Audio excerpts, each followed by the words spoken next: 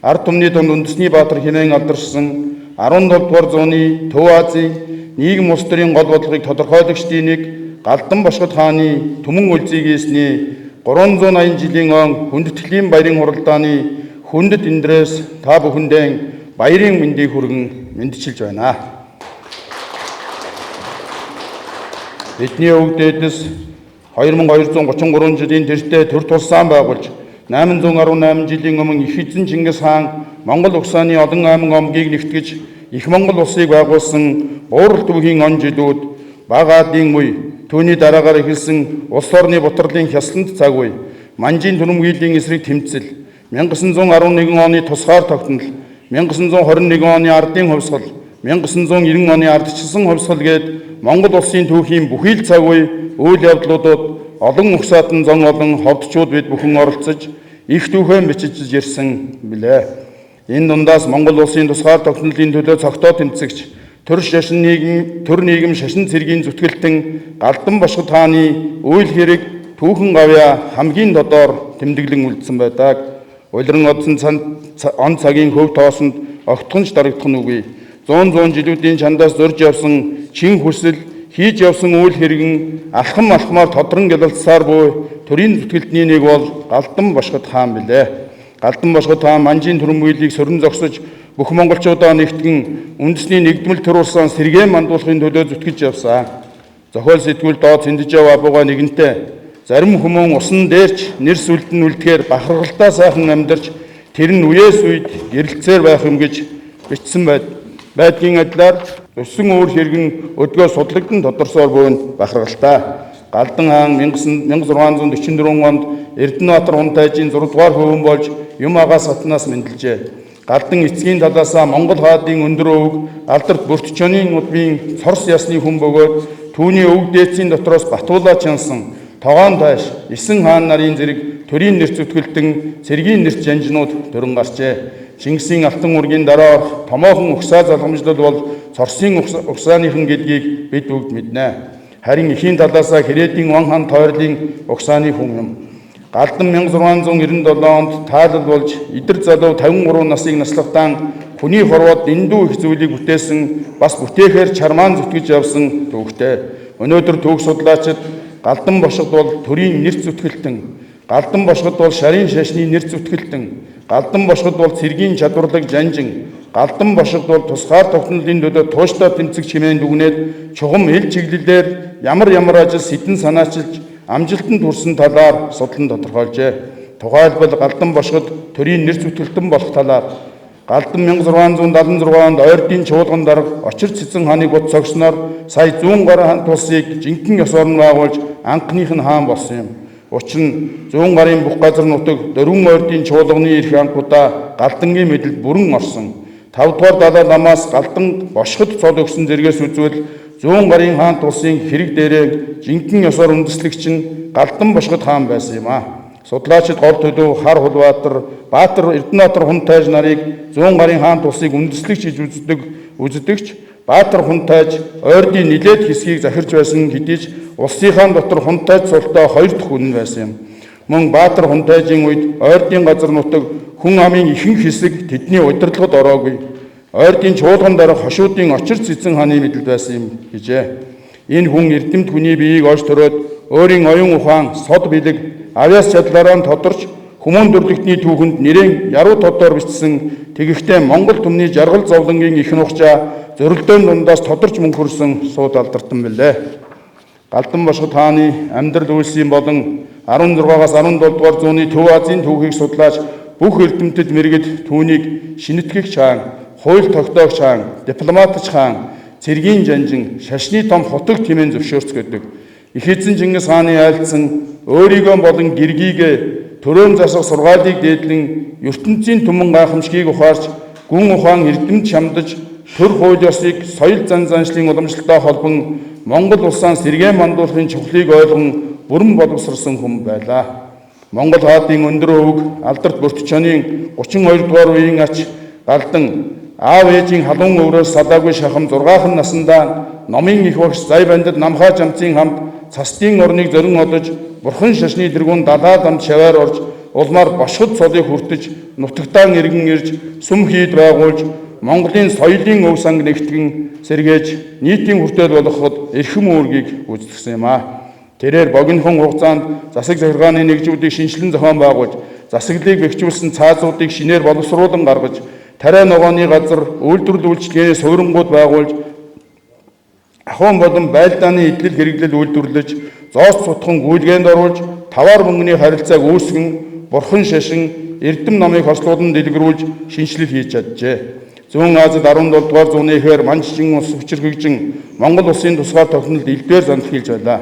Галдан бошгод хаан Монголын тусгаар тогтнолын төлөө тэмцлийн үргэлжилсэн тулаануудыг цэргийн гарамгаа жанжин адил удирдаж, ялалт амжилтанд хүрсэн боловч Монголын зарим ноёдын болчмгийн үйл ажиллагаа Галдангийн ах Сэнгийн хүү Цэваарвдан тэргүүтний хуйлдаан зэрэг шалтгаанаас мухардалд орсон юм а. Монголчууд хараат байдал бусдын гар харж их гүрнүүдийн сөргөлдөөний бай болж байсан боловч эзэн бог Чингисийн их төрт ёсны үеийг залгаж тусгаар тогтнолоо тунхаглаж төр улсаан байгуулж ирсний дотор Галдан бошгод хааны байгуулсан 100 гарын хаант улсын түүх хүндтэй байрыг эзэлнэ. Үүний хамт Галдан бошгод хааны Төв Азийн болон Монголын түүхэнд эзлэх байр суурийг үнэн зөв тодорхойлох, энэ зүгт Монголын болон гадаад орнуудын эрдэмтэн мэрэгдийн анхаарлыг төвлөрүүлж, алдаа оноог нэгтлэн нээслүүлж, гавьяа зүтгэлийг иргэн дурсаж алдаршуулахад энэ өв тэмдэглэж буйн учир агуулга оршиж байгаа билээ.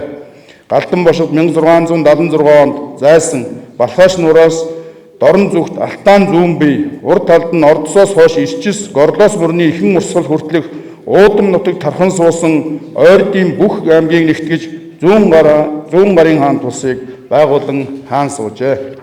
Тэрээр өв дээдэс хар хул эцэг Эрдэнэбаатар хунтааж нарын үйл ажиллагааг чадмагай үргэлжлүүлэн 100 гарын хаан тусыг үндэслэн байгуулсан нь тэр үеийн Монгол төдийгүй Төв Азийн улс төрийн амьдралд гарсан чухал үзэгдэл болсон юм а.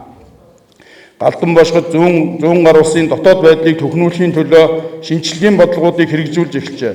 Тэрээр юуны өмнө хошууг халж, оронд нь отог, анги, жас зэрэг шин зохион байгуулалтыг бий болгохын хамт мал аж ахуй, газар тариалан, гар урлал, худалдааг хөгжүүлэх, эдийн засгийн өөд татах талаар санаачлагтай ажилласаар байлаа. Галдан хааны үүсгэн байгуулсан сүм хийд, тариалангийн суурингууд нь зарим хотуудын их үндэс болсон байдаг. Тухайлбал 1685 онд Ховд голын савд тариалангийн суурин байгуулсан бөгөөд улмаар тэрхүү суурин нь өнөөгийн Ховд хотын их үндэс болжээ. 1686 онд Галдан бошгод Улаан гомын газарт цэргийн тариалан үүсгэж харьяа голоос бух татуулж тариг байгуулснаар Улаан гом хотын их суурийг бас тавьжээ. Тус тариг буюу тариалангийн газар нь 100 гар улсын зүүн замын цэргийн хүнсийг бэлтгэж чиглэгдэж байсан бол Улаан гомд үүссэн суурин газар нь Алтаан нурууны зүүн биеийн ойрдын газар орныг захирах засаг захиргааны бас нэгэн төв болж байлаа. Галдан хааны үүсгэн байгуулсан Гулц хайнгийн сүм хийдийн их үндэсээс Кулжинсэг, Хайнаг зэрэг хотын суур тавигджээ. Иймд Галдан бошгодын Ховд Улаан гом, Кулжинсэг, Хайнаг зэрэг хотуудыг үндэслэгч гэж зөв ёсоор үздэг. Галдан бошгодын авч хэрэгжүүлсэн дээрх арга хэмжээнд тухайн үеийн ойрдын нийгмийн хөгжил түлхэж болсон эвшилтэд зүйлүүд байв. Тийм ч учраас түүнийг түүхэнд шинэтгэгч хаан хэмээн тэмдэглэжээ. Галдан бошгод бас урдын зарим өрийг хүчингүй болгох, эв эийг сахиулах, хулгай дээрмийг номходгох, төрийн засаглалыг бэхжүүлэх, ёс журмыг дээдлэхэд чиглэсэн хоёр цаазыг шинээр боловсруулан мөрдөж түүхэнд хууль тогтоогч хаан хэмээн алдаршжээ. Галдангийн захиа зарлиг нь агуулгаараа 1640 оны 44-2-ын их цаазыг нэмэн баяжуулсан нөхөр чанартай боловч зохиогдох болсон шалтгаан зохицуулж байгаа асуудал үйлчлэг хүрээ зэрэгээрээ бие даасан хууль цаазын шинжтэй болно. Тэгээд ч уг захиа зарлиг нь 17 дугаар зууны үеийн Монголын хууль цаазын чухал дурсгал зөв ёсоор хамаарагдана. Галдан бошгод хаан их цааз хуульд 2 удаа нэмэлт өөрчлөлтийг хийжээ. Үүний их бичигт Галдан хунтайжийн захиа зарлиг гэж бичсэн байдаг.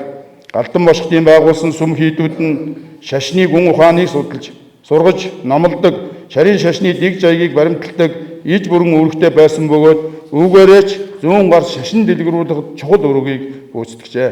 Монголын шашин соёлын хөгжилд томоохон хувь нэмэр оруулсан учраас түүнийг 17 дугаар зууны үеийн Монголын шашны нэр зүтгэлтнүүдийн нэг хэмээн үзэх нь зүйд нийцнэ. Галдан бошгод цэргийн төмөрлөгийн үйлдвэрлэлийг онцгой анхааран цэргийн зэвсэг хуйг дуулах сэлэм зэргийг нэлээд хэмжээгээр үйлдвэрлэж бэлтгүүлснээс гадна галт зэвсэгч үйлдвэрлэж байсан. Мөн цэргийн удирдан зохион байгуулах, дасгал сургууль хийх, байлдал сургахад өөрийн биеэр бичлэн оролцож байжээ. Галдан бошгод олон удаагийн тулалдаанд монголчуудын уламжлалт байлдааны арга болох номон тулгуур, бухс ижүүрийн аргуудыг амжилттай хэрэгжиж ирсэн. Тэрээр манжин их зэрэгтэй улахуй голын орчимд тулалдахдаа тухайн газар орны газар зүүн байдалд нийцүүлэн номон тулгуурын аргыг ороон бүслэх хавчин байдах аргуудаа хослуулан хэрэглэж байжээ. Галдан бошгод дайн тулалдаанд мөн тэмээн хэрэм хэмээх арга хэрэглэж хориглолт хийж байсныг нь түүхэн донслон тэмдэглэжээ. Тэрээр Улаанбаатангийн тулалдаанд цэргийн ачаа хөсөг хэрэглэж байсан төм гаруй тэмээг уулын бэл тойруулан хөлийг нь шивтүүлээд тэмээн хэрэм зохиожээ. Бас тэмээн дээр нойтон эсхий бүтээж сум нэвтрэхгүй болгож асан талаар судлаачид түүх шаштрад тэмдэглэсэн байдаг. Ийхүү Галдан бошгод хаан 100 гарын төрийг барьсан 20 гаруй жилийн хугацаанд олон удаа том жижиг тулаан хийж дийлэнхт нь ялалт байгуулж асан 17 дугаар зууны үеийн Монголын цэргийн чадварлаг жанжин билээ. Галдан бошгод монголчуудын тусгаар тогтнолд нөөрлөн буй аюулыг зүгээр харж сууж дэвдсэнгүй. Монголын тусгаар тогтнолыг хэрхэн хамгаалах талаар арга ухаан сөвөглөх болов. Түүний стратегийн бодлого нь Төв Азийн өргөн удам нутагт тархан суусан монголчуудын хүчийг нэгтгэн зангидаад улмаар манжийн дүрмгийлийг эсэргүүцэн тулах явдал байлаа. Энэ бодлого дэргэжүүлэхэд юуны өмнө халах Монголтой ойртон үг хэлэн ололцох нь чухал байлаа. Гэвч уг асуудал тийм ч амар биш аа. Ингээд энэ асуудал хурццаар эцсийн эцэс дайн тулаанд хүрч ямар үр дүнд хүрснийг та бүхэн хэлүүлтгүй мэднэ. Галдан бошгод хаан манжийн их зэрэгтэй 3 удаа томоохон тулааныг хийжээ. Эхнийх нь улахуй голын тулалдаан юм. Галдан бошгод 1690 оны дунд үед Хэрлэн голын сав газрыг орхиж зүүн хөдлөх халах голоор дайрч өвөр Монголын Үзэмчин аймгийн нутаг улахуй голд хүрчээ. Улбаар 1690 оны 5 дугаар сард манжийн зүүн замын зэрэгтэй Галдан бошгодын хошууч анги улахуй голын орчим тулгархад тэрээр гол хүчээр өдөртөн давшин бут зогсжээ. Ийхүү Галдан бошгод манжийн зэрэгтэй тулалдаж анхныхаа ялалтыг байгуулсан түүхтэй. Хоёр түүхэнд Улаанбаатангийн тулалдаан гэж нэрлэсэн алдарт тулаа юм аа. Галдан эдгээр ядарч ганцаарцсан боловч эр зөрөг халирсангүй. Харийн дүрэн биелэгчдээ эцсийн хүртэл тэмцгээ шийдвэрлсэн тул бүх хүчээ хоримтлуулан бэлтгэж эхэлжээ. Галдан бошгодын манжийн их зэрэгтэй хийсэн 3 дахь томоохон тулалдаан нь тэрэлжийн 100 модны тулалдаан болно. Галдан бошгодын бууж өгөхүйг мэдсэн манж нар хятад дагуур, өвөр Монгол, Солон, Бараг, алхын цэрэг эдийн засгийн хүчийг дайчлан хуримтлуулад 3 замын их зэрэг зохион байгуулж гол замын цэгийг Инх хамглан хаан өөрөө өдөрдөн хөдөлсөн байдаг. Галдан бошгод хааны бодлого үйл ажиллагаанд дан ганц Монгол орноор хязгаарлагдаагүй бөгөөд түүний тэмцэл үйл ажиллагааг Төв Азийн олон улс орнууд анхааралтай ажиглан харж байлаа. Харин түүний тэмцэл дарагдсны дараа сая Хөхнөр, Төвд, Хамий зэрэг орнууд манжид дагаар орсон байдаг. Галдан бошгод хаан амьдралынхаа эцсийн мөч хүртэл зорьсон зорилгоосоо ухарч инсэлгүй Монгол угсаатан Монгол газар шорооныхоо төлөө тэмцсээр ирсэн бөгөөд түүний төр ёсны ухамсарт бүхий л амьдралын цаг мөч бүрийд ухаалаг хатан ануугийн хайр ивэл өмг түшиг цаглашгүй ихээр тэтгэн дэмжсээр ирснийг түүхийн алтан цэдэг мартаагүй. Өнө мөнгөд санан дурсаар байдаг юм аа. Төв Азад өдөр ирэх тутам хүчрхэгжиж Монголын тусгаар тогтнолыг залгихыг санаахаж буй манж хэмээх угсаатан монголчуудыг эзэлвэл монголчууд хэрхэн зов зүдэрч тарчлахыг тэрээр зөн сонгороо мэдэрч түүний эсрэг бүхий л хүчээрэн тэмцгийг амьдралынхаа гол зорилгоон болгосоор иржээ. Тэртээ 2233 жилийн өмнө төр тулсаан байгуулж 818 жилийн өмнө их Монгол улсаанд өхнүүлсэн бидний их өвгдөөс эзэн бог Чингис хааны бууралт үгийн нуушаан сөхрөлгүйгээр өр хойжиж бидэндээ тусгаар улсыг өвлүүлсэн билээ. Энэ цаг үеийнхэн бид бүгдийн үүрэг бол улс орон аймаг орон нутаг түүний дотор Галдан бошгод хааныхаа үндэс суурийг нь тавьсан ховд хотоон жинхэнэ утгаар нь бүс нутгийн төв гол зангилаа хотгуулган хөгжүүлж иргэдийнхээ амьдрах орчныг сайжруулах эрүүл ая тухтай амьдрах орчин цогцлоож төрж өссөн газар нутагтаа хотод олноороо сайн сайхан амьдрах явдал юм аа. Монгол улс хөгжлийнхөө түүхэн үеүүдэд хөгжлийн олон бодлого хэрэгжүүлж ирсний нэг нь бүсчилсэн хөгжлийн үзэл баримтлал бөгөөд энэ хүрээнд Баян улгийн говьалтай Завхан улс ховд аймагуд баруун бүсийг бүрдүүлж манай ховд аймаг түүний дотор Галдан бошгод хааны суурийг нь тавьсан өн эрдний дүүгт ховд маань бүсийн төвийн үргийг гүйцэтгэж байна. Баруун бүсийн нутаг эдийн засаг нийгмийн хөгжлөөрөө улсын хэмжээнд баггүй байр суурь эзэлж үндэсний нийт бүтээгдэхүүний 6.4%-ийг бүрдүүлж байгаа бол ховд аймгийн дотоодын нийт бүтээгдэхүүн үйлдвэрлэл 2023 онд хүлээгдэж буй гүйцэтгэлээр анх удаага 1 их найт төгрөгийг давж бүсийн дотоодын нийт бүтээгдэхүүний 3/1-ийг дангаараа бүрдүүлж бүсдээ тэргүүлж байгааг дурдахад таатай байна. Монгол улс түүний дотор баруун бүс, Ховд аймгийн хөгжил цэцгэлэлт, нийгмийн хөгжил, хүн ардын амар тайван амьдралын талаар бид бүхэн ярихад тусгаар тогтнол түүний төлөө тэмцэж ирсэн үе үеийн баатарлаг дайчин тэмцэгчдийн дурсган зүй ёсны хэрэг өгөөд тусгаар тогтнолын төлөөх Монгол түмний их тэмцлийг галдан болших таанаас улбаатай гэдгийг энэ түүхэн энэ дээрээс бахархалтайгаар тэмдэглэн хэлэхэд таатай байна. Монгол түмний буурал түүхийн хясалт цөөн цаг үед гадны эзэрхийллийн нөлөөнд сөхөж туулдаж ядарсан түмнээ миний нутгийн газраас бурхан гуйсанч бүү өг хэмээн урайлан босож алтан ам бүлээн цусаараа тусгаар тогтнол эрх чөлөөний үн цэнийг тунхаглан тусгаар улс үндэсний эрх чөлөөний төлөөх тэмцлүүдийн их суурийг тавьсан Монголын төр шашин цэргийн нэр зүтгэлтэн галдан бошгод хааны мэндэлсний 380 жилийн түүх дог түүний хойчс бид ёслол төгөлдөр тэмдэглэн их хааны хаан байгуулсан түүхэн гавьяаг олон нийтэд таниулах сурталчлах нь энэ цаг үеийн бид бүхний түүхэн үүрэг билээ. Их хааны маань үлс мөнх оршиж байна. Ийм ч учраас бид их хааныхаа түүхэн дэвшөөг ёслон тэмдэглэж байна. Их хаан маань хойч үеийн бидэнд юу анхааруулв, юуг сануулв гэдгийг бид байнга санаж явах ёстой. Үүнд галдан бошго таан бидэнд эв нэгдлэн чандлан сахиж байхын өөрийн туулж өнгөрүүлсэн түүхээрээ харуулж үлдээжээ. Тухайн үед манчин ус хүчрэгжиж манжийн нурхаач хаан Монголын олон улс болбоос үйл лүгээд үйл нийлвэс бороо ормой. Монголчууд нийлвэс цэрэг болмой. Түүнийг сарних нь үйл арилж бороо зогсох мэт болоо. Бид түүний сарнихыг хүлээж нэг нэгээр нь эзлэн авсугаа гэж бодлогоон тодорхойлон тэднийг хаглан иргэшээх бодлого явуулж байсан хявцаантай цаг үе байлаа. Манжийн энэ санааг галдан хаан ойлгож ухаарч байсан ч бусд нь ойлгон дэмжиж чадаагүйгээс ялагдалт хүрсэн юм. Гэхдээ энэ ялагдал бол ялсан юм. Ялсан юм шиг ялагдал байсныг түүх мартахгүй. Энэ бол ямар ч үед их баг, ямар ч асуудал дээр монголчуудад нэгдмэл байж, эвдрэн төвцөлдөж хагарвал бусдын хүсэлмөрүүдийг биелүүлэгч болно шүү гэдгийг их хаан маань ам биеэр нь харуулсан гонигт түүх юм аа. Галдан бошго тааны туулж өнгөрүүлсэн замнал зөвхөн өнгөрсөн үеийн төдийгүй үеийн үед мөрдөн сахих, сургамж авах, ирээдүйн номдод агуулгадж байна. Нэгэн жишээ дурдахад хүн ханиан хэрхэн хайрладгийг ануу хатан эцсийн хүртэл эр нөхрөө эх орноо хамгаалан дайны талбараас гаралгүй тулалцаар ам эрсэдсэн гонигт түүхээс харж болно. Галдан бошго таан бидний үндэсний бахархал болж үлдэж чаджээ. Их түүхэн судалсны хамгийн гол ач холбогдол нь үндэсний ухамсар иргэн бүрт суулгах явдал байдаг. Үндэсний ухамсар гэдэг нь үндэсний үнэт зүйлс, удам мөхсөө гарвал, төрийн тусгаар тогтнол, соёл иргэншил, үндэсний уламжлалаа танин мэдэж ойлгосон, тэдгээрийг эрхэмлэн дээдэж бахархлаан болгосон бие хүний сэтгэлгээг хилдэг.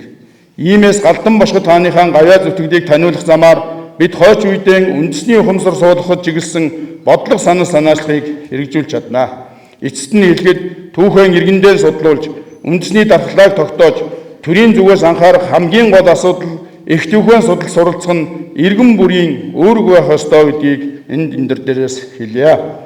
Монголын төр шашин цэргийн нэр зүтгэлтэн галдан бошго тааны түүхэн гүйцэтгэсэн үүрэг Монгол улсын тусгаар тогтнолын үйл хэрэгт оруулсан гавьяа зүтгэлийг иргэд олон нийтэд өргөнөөр сурталчлан алдар гавьяаг мөнгөчүүлэн алдаршуулж Монголын улс төр шашны нэр зүтгэлтэн 100 гарын хаант улсын хаан галдан бошгодын мэндэлсний 380 жилийн хойг тохиолдуулан Ховд аймгийн музейг галдан бошго тааны нэрэмжит болгон сойрхохыг эрхэм төлөөлөгч та бүхнээсээ хичээнгүйлэн хүсье.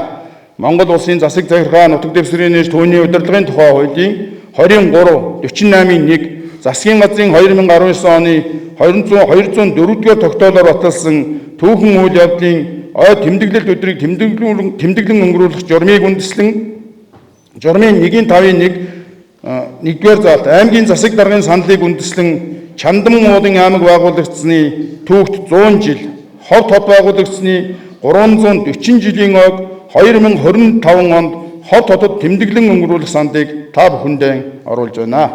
Өнөөдөр тусгаар Монгол улсын эрх чөлөөт Монгол зан олны төлөөлөл олон угсаатан ховчууд бид Монголын төр шашин цэргийн нэр зүтгэлтэн галдан бошго тааны мэндэлсний түүхт 380 жилийн өг бүс аймаг орон нутагтаа бүтээн байгуулалтын их ажлууд өрнүүлэн их орон бүс нутаг төрлөг нутгийнхаа хөгжил цэцгэлэлд иргэдийн сайн сайхан амьдралаар бахархан үндэсний өв соёл, зан заншил, соёлоо дээдлэн, ёслол дэвлэлээр тэмдэглэн өнгөрүүлнэ. Түмэн олон амгалан байх болтугай. Анхаарсанд баярлалаа.